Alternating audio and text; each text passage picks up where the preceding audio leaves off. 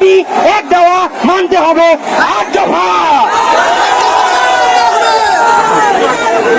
এক দাবি এক দফা মানতে হবে 8 দফা। দাবি নাম্বার 1, সংখ্যালঘু নির্যাতনের বিচারের জন্য দ্রুত বিচার ট্রাইব্যুনাল গঠন করে দোষীদের দ্রুততম সময়ে উপযুক্ত শাস্তি প্রদান করতে হবে। ক্ষতিগ্রস্তদের যথোপযুক্ত ক্ষতিপূরণ প্রদান এবং পুনর্বাসনের ব্যবস্থা করতে হবে। দাবি নাম্বার 2, অনতিবিলম্বে সংখ্যালঘু সুরক্ষা আইন প্রণয়ন করতে হবে। দাবি নাম্বার 3, সংখ্যালঘু বিষয়ক মন্ত্রণালয় গঠন করতে হবে। দাবি নাম্বার 4, হিন্দু ধর্মীয় কল্যাণ ট্রাস্টকে হিন্দু ফাউন্ডেশনে উন্নীত করতে হবে। পাশাপাশি বৌদ্ধ ও খ্রিস্টান ধর্মীয় কল্যাণ ট্রাস্টকে ফাউন্ডেশনে উন্নীত করতে হবে।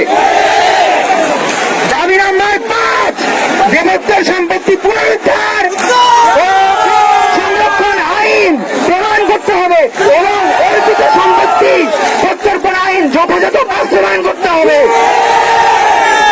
বাংলাদেশের প্রতিটি শিক্ষা প্রতিষ্ঠানে সংখ্যালঘুদের জন্য উপাসনালয় নির্মাণ এবং প্রতিটি হোস্টেলে প্রার্থনা কক্ষ বরাদ্দ করতে হবে।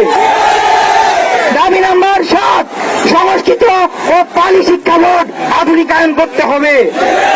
সর্বশেষ দাবি সবার প্রাণের দাবি, শারদীয় দুর্গাপূজায় 5 দিন ছুটি দিতে হবে।